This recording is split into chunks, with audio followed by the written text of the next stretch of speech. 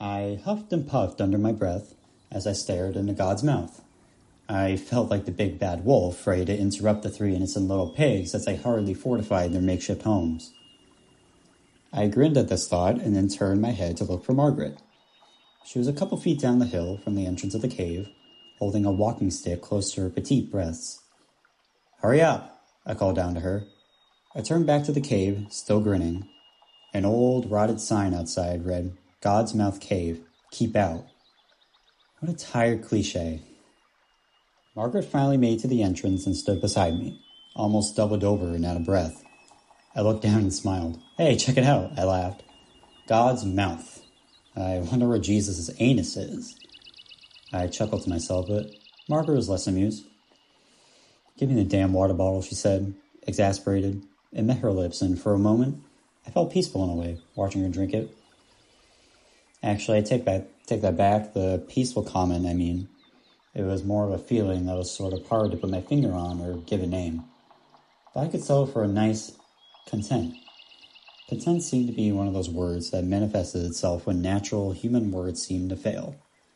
Again, an utter cliche, but it felt good to feel strange, mixed up, sort of happy for once. I sighed and turned my flashlight on, then pointed it to the cave. Black. God's mouth. It seemed like the antithesis of a Holy Spirit. I turned again to Margaret. "You ready?" I asked. She was finally standing straight up. She nodded, so I clapped a friendly hand to her back and we walked into God's mouth. The inside was not unlike the preview I had glimpsed outside with my flashlight. Dark, dismal, and endlessly black. It seemed to stretch on forever, no matter how I positioned my flashlight, and the rocky terrain was damp and imposing. The last natural light slowly disappeared behind Margaret and I as we made our way deeper and deeper inside. I found it strange how soft and compelling the world around me now appeared, despite the stalactites, stalagmites, and other rocky formations being so jagged. It seemed that even amongst the pointed teeth of God, I could lay down and rest there forever. It was comfortable. But apparently Margaret didn't agree. She shivered uncomfortably under my arm. I raised my eyebrows. "Need your coat?" I asked. I tried to look at her and make nonverbal communication as explicit as possible until I realized that we were lost in the inky blackness of the mouth. I bit my lip and waited, but she didn't respond. For a couple of minutes we walked in silence, then she stopped and stood motionless. I stopped too. "Why the hell are we even in here?" she said. She sounded irritated. I shrugged, more to appease myself than her, and shoved my flashlight under my face. Bladed shadows obscured half of it, the other half illuminated in a wretched mask. "Spooky!" I cried, chuckling. She didn't move. I sighed. "I thought you wanted to go," I said. I noticed how my voice echoed against the cave walls at any volume. I began again, scratching at my chin. "You did say you wanted to go see some nature for our vacation, and you did sound impressed when I told you about my visit to Mammoth Caves a couple years back, so..." My voice trailed off. I could still sense her irritation. "No," she said. I frowned. "No, you wanted to go here. I wanted to go to a beach or something, but no. A cave? A cave, Nathan?" She sounded more like the big bad wolf now. "I know you have this weird fetish for spelunking or something, but I don't really want to be dragged into it. Don't get me wrong, I love to go on a trip and get into nature and fresh air, but this is cave air, not fresh air. This air is practically fermenting. Plus, isn't this illegal? Can we just leave?" We both stood there. The only sound that could be heard was the electricity in the air being stifled and smothered by the damp atmosphere. Finally, I began to walk. I didn't hear Margaret follow me, but I kept moving forward, then... "Nathan," she said. "Stop. Please stop." So I stopped. "I'm sorry," she said. I could hear her moving closer to me. "I'm tired, and I'm not used to running and climbing around, and I'm just tired." "It's okay," I said. She gripped my arm. "Really, it's fine." I shook my head. "Which way is out? I don't remember." I could feel Margaret physically pause. Neither of us could remember. Somehow, in the confusion of our argument, I'd forgotten which way we had been moving. Idiot, I thought to myself. I should have brought a goddamn rope or something to trail from the entrance. I had to take action, so without much thought, I turned 180 degrees and said, "This way."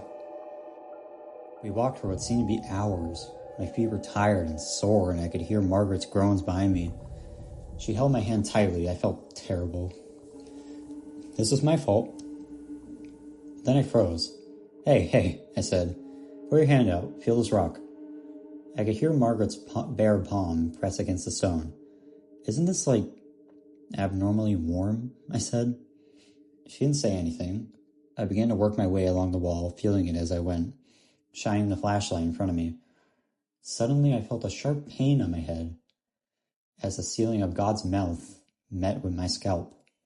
Ow, shit, I shouted. Oh, Nathan, are you okay? Margaret asked. She seemed to be on the verge of panic now. I'm fine, I said. Please, calm down. We'll get out of here soon, I promise. I started again, pointing my flashlight upwards to now see the ceiling above me. It seemed to be getting narrower. That was strange.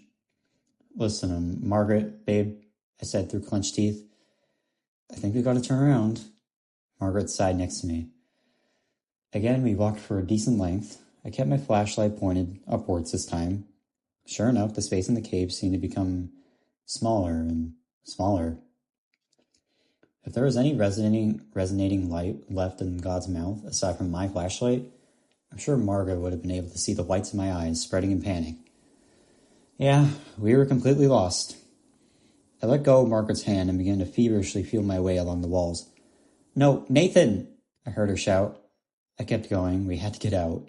If we were lost, nobody would be able to find us. I kept feeling along the wall until I abruptly hit a corner. Fuck! I said out loud. Margaret, this seems to be a dead end. I spun around on my heel. Margaret? No answer. Shit. I began to repeat my process again, almost running as I felt the wall run past my fingertips. Cool, damp rocks and jagged spears. Suddenly, I found myself at a corner again. Fuck. I shouted. Margaret! I was belting her name out now. In the corner of the cave's maw where I had been thwarted so many times already, I heard a noise. It sounded like muffled static from a television. I pressed my ear against the rock. It seemed to be getting even warmer now. I heard the faint sounds of Margaret on the other side of the rock. She was screaming. No, I said. I began running haphazardly into the walls around me. With dawning realization came a wave of sheer horror. There was no entrance, and there was no exit. Only these four corners and me. I could feel blood begin to trickle from the cut I managed to get by bashing my body into the cave's walls. They were closing in on me. They were coming in for the kill. And soon they would be pressing in on my skull and crushing my ribcage. I sat there for hours, waiting for death. My flashlight was becoming dim and blinking. Finally, I felt the soft touch of those rocky walls press against my back. I began to cry as I laid down on the ground. I felt my flashlight roll in those small hills of stone. As I quietly stayed prone, tears dripping down my face, I turned around and looked at it. Its last fading beams of light pointing at something not far away from my face. I squinted in the darkness. My eyes widened and I felt tears fall even harder from my face. The rocks were piercing my skin now, and blood dripped from all sides. There, in the last light of my flashlight, was the appetizer. The spotlight shone on a hand whose nails were painted red, and I screamed in agony as I watched God's mouth chew its latest meal.